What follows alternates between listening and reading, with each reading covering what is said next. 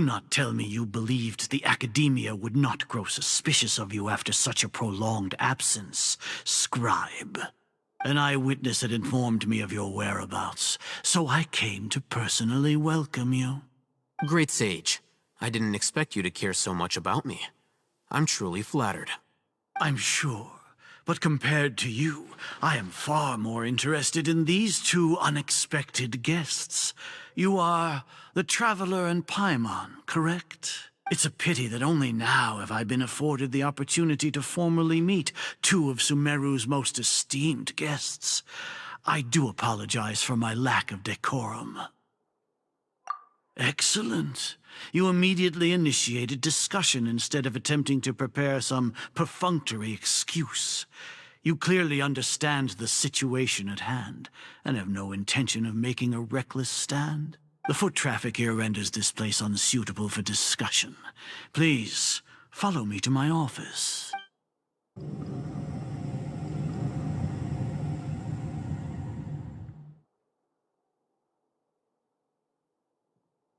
This place is crawling with guards.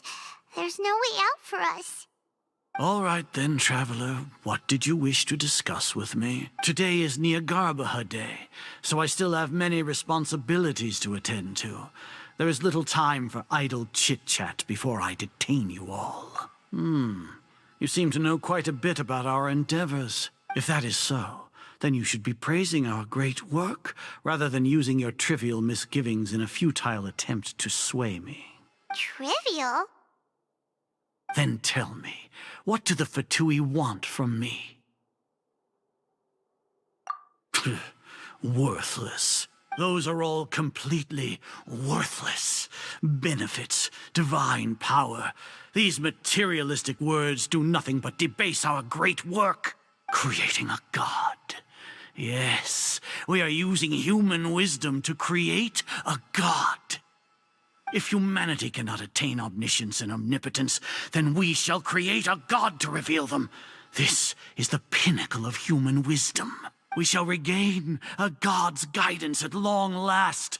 No longer will we flounder in the interminable void of consciousness and knowledge. Even Irminsul will be freed from its plight. For our nation of scholars, this is the ultimate aspiration. No cost is too great to realize it. You will never understand the rapture of having a god be born within your very hands. With your degree of knowledge, you cannot even comprehend such an emotion. Gods exist on a plane that far eclipses humanity's. Lesser Lord Kusanali, what can she even do? Care for the people? Fend off sandstorms? Fabricate silly fairy tales? These are but child's play for the Academia. Does that make us equal to the gods? We are a people favored by Greater Lord Rukkhadevata. Though I may have personally not seen it, our forefathers bore witness to true wisdom. The ascension of the Lesser Lord has brought nothing but bewilderment to the scholars. They all ask, is that truly what true wisdom is supposed to look like? With that in mind, it is better to keep her isolated in the sanctuary of Suristhana, so our academy will not become embroiled in turmoil. What a pathetic justification. Do you really think that only the super smart or powerful should be able to call themselves gods?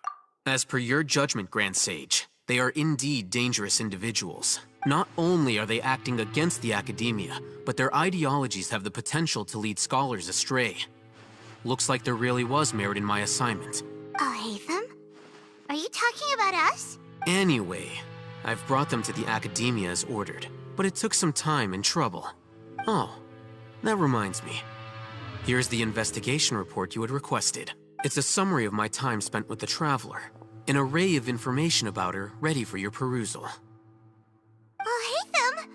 So you're still on the Academia side! We finally started to trust you!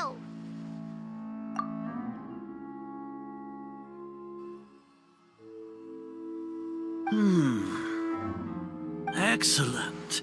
Detailed contents with no errors. I would expect nothing less than an immaculate report from the scribe. As it is Niagarbaha Day, I'll enter the information on you into the Akasha. Surely you know what that means. We'll be monitored, just like Sino.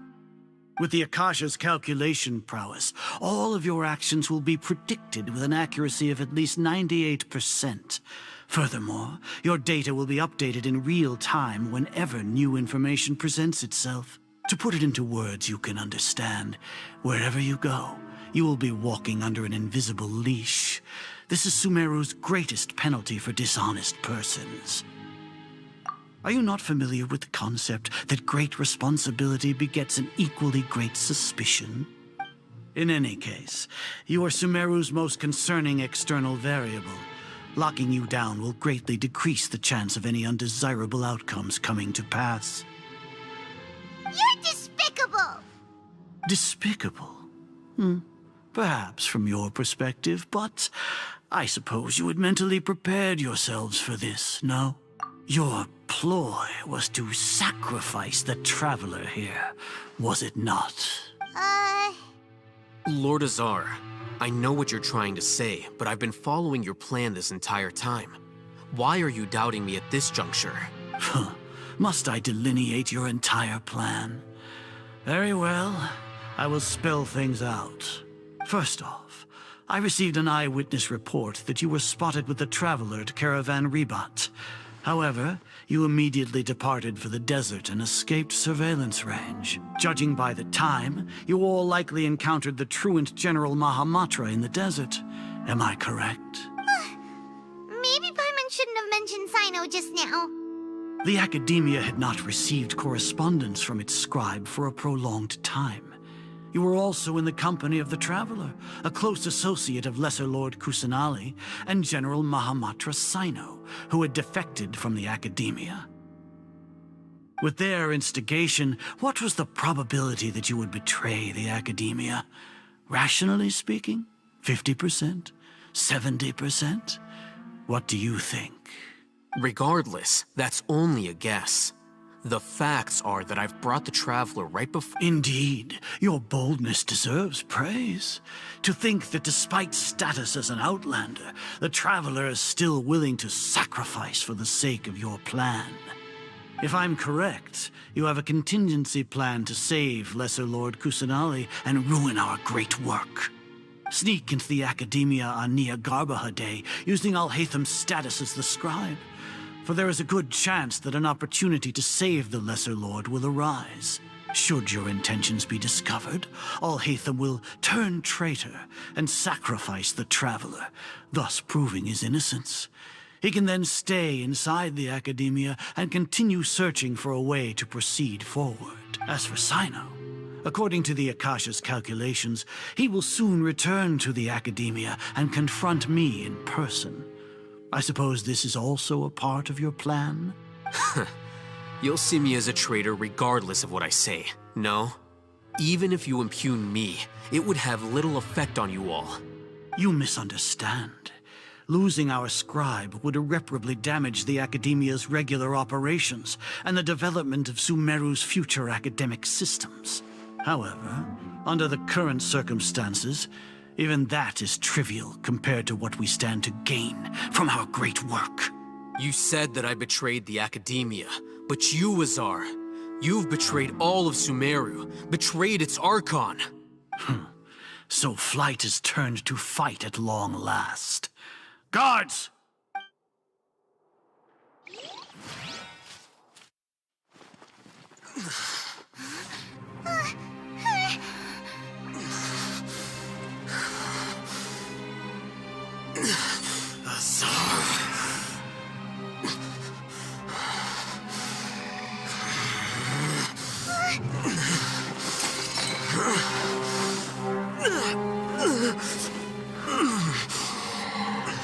Well, what do we have here? So you stole that divine knowledge capsule? Traitor! You traitor! Even the most rational scholar will yearn for the power of a god in a moment of desperation. Aren't you doing the exact same thing as me, Alhaitham? Unfortunately for you, no god will lend you their power. Azar!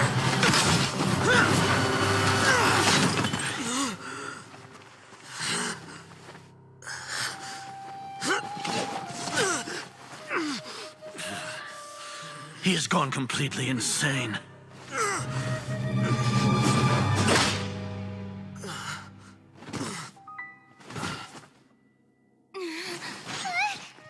Take him to the Matra and exile him to Aru village.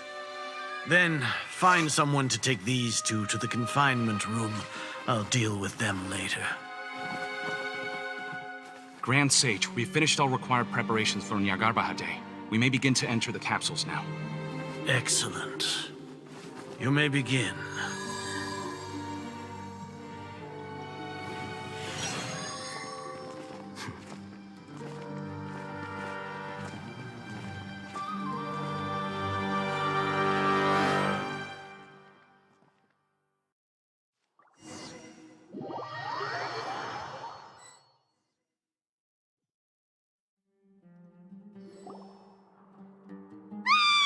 Don't lock us up! Let us out! Ah!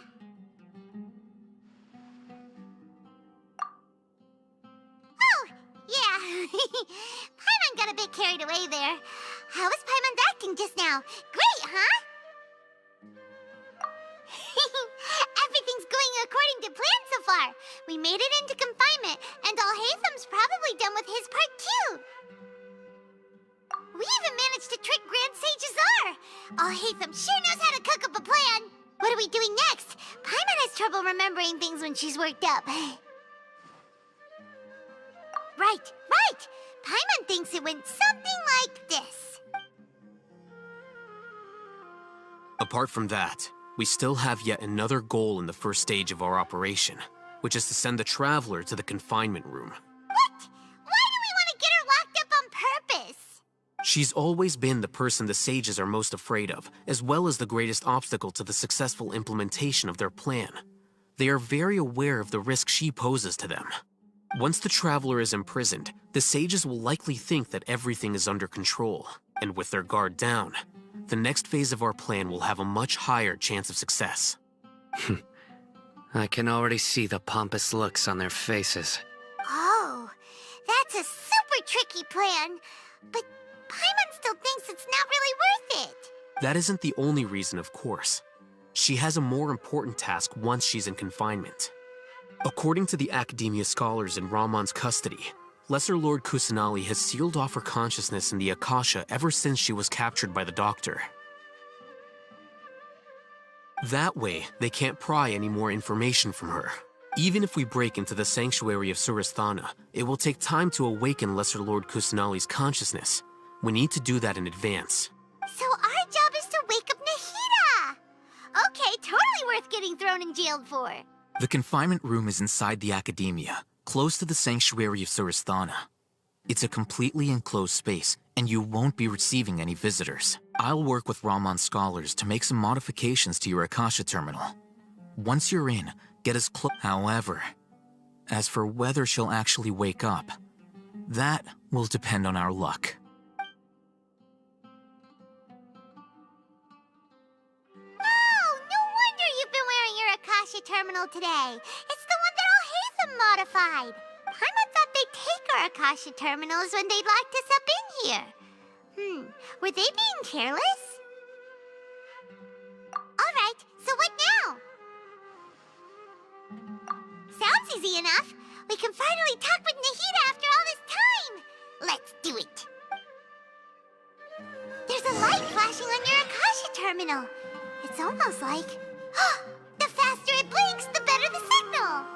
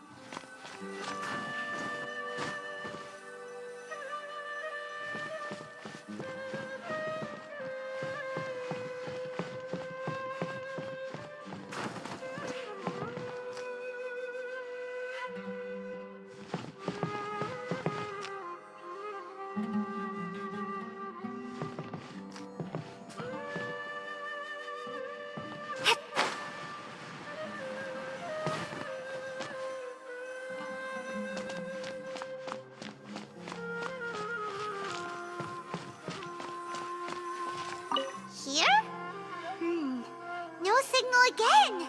Is it getting jammed?